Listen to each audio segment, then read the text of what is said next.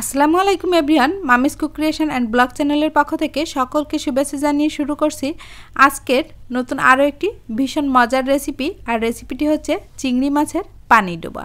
তো তার জন্য এখানে আমি শুরুতেই হাফ কাপ পরিমাণ নারকেল কোড়া নিয়েছি এবং নারকেলটা আমি গ্রাইন্ডারে গ্রাইন্ড করে নিয়েছি। এখন এটা আমি নামিয়ে নিচ্ছি।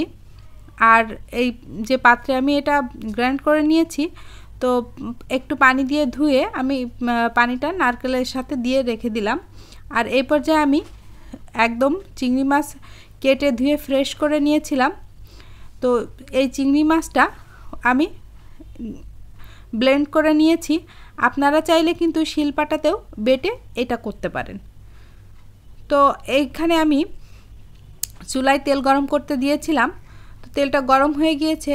এখন আমি কিউব করে কেটে রাখা কিছু আলু দিয়ে দিলাম। এরপর দিয়ে দিলাম পেঁয়াজ বাটা 1 টেবিল চামচ, রসুন বাটা হাফ চা চামচ, আর সামান্য একটু আদা বাটা দিয়ে দিব, হাফ চা চামচের একটু কম আর কি। যেহেতু আমি সব কিছু অল্প পরিমাণে রান্না করছি, তো এর জন্য মশলাটাও কিন্তু আমাকে বুঝে শুনে দিতে হবে। তো এখানে আমি লবণ দিয়ে দিলাম স্বাদ মতো। তারপর দিয়ে দিয়েছি হাফ চা চামচ হলুদ গুঁড়া, হাফ চা চামচ গরম মশলা গুঁড়া, আর 1 টেবিল চামচ পরিমাণ শুকনো মরিচের গুঁড়া। আর এই যে গরম মশলাটা, এটা কিন্তু আমি নিজে সব রকমের মশলা দিয়ে বাসায় তৈরি করি আর কি। এটা মাংসের মশলা মতোই আর কি। আপনারা মাংস রান্নায় যে যে মশলা ইউজ করেন সবগুলো মশলা এখানে দেওয়া আছে। তো এই যে আমার মিশ্রণটা দিয়ে ভালোভাবে আলুটা কষিয়ে নিয়ে আমি এখানে অফ ক্যামেরায় নারকেলের দুধটা করে নিয়েছিলাম। এখন এই নারকেলের দুধটা দেওয়ার পর আমি চুলার আঁচটা ফুল করে দিয়ে এটা জাল দিতে দিয়ে এখন আমি এখানে যে চিংড়ি মাছটা বেটে রেখেছিলাম তার মাঝে একটু পেঁয়াজ বাটা, সামান্য একটু আদা বাটা, একটু রসুন বাটা দিয়ে নিয়েছি। আর তার সাথে সামান্য একটু লবণ, একটু হলুদ গুঁড়া, হাফ চা চামচ পরিমাণ মরিচের গুঁড়া, হাফ চা চামচের একটু কম পরিমাণ মশলা, গরম মশলা যেটা আমি মানে ঝোলেও দিয়েছি আর কি। এটা দিয়ে খুব ভালোভাবে হাতের সাহায্যে মিশিয়ে নিয়েছি। এটাকে এমনভাবে মিশাতে হবে যেমন মানে একদম আমরা মাসকালের বড়িটা যেমন দিই আর কি। আর দেখুন আমি কিন্তু দেখিয়ে দিয়েছি আমি ঠিক কতটা ফেটিয়ে নিয়েছি এবং কেমন কনসিস্টেন্সিতে এনেছি।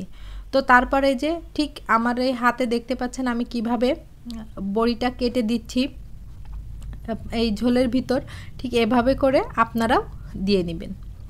তো এই তো দেখুন সবগুলো দেওয়া হয়ে গেলে কিন্তু পানির উপর খুব সুন্দরভাবে ভেসে উঠেছে। আর পানির ভেতর এভাবে ভেসে ভেসে ওঠে দেখেই এই রান্নাটার নাম কিন্তু চিংড়ি মাছের পানি ডোবা।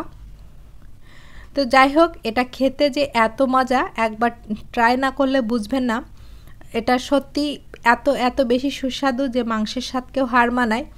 তো যাই হোক, আমি এখানে ঢেকে রেখেছিলাম। আরও 5 মিনিট পর এসে একটু আলগা করে দিয়ে এখন আমি কিছু মশলা দিয়ে দিব।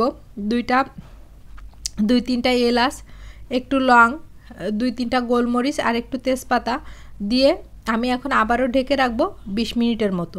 20 মিনিট পর আমি আপনাদের দেখিয়ে দিচ্ছি। দেখুন রান্নাটা ঠিক কেমন হয়েছে। এখানে একটু আলো বেশি থাকায় ঠিক বোঝা যাচ্ছে না, তবে বেশ কালারফুল হয়েছে আর কি। তো সবাই সুস্থ থাকবেন, ভালো থাকবেন। আল্লাহ হাফেজ।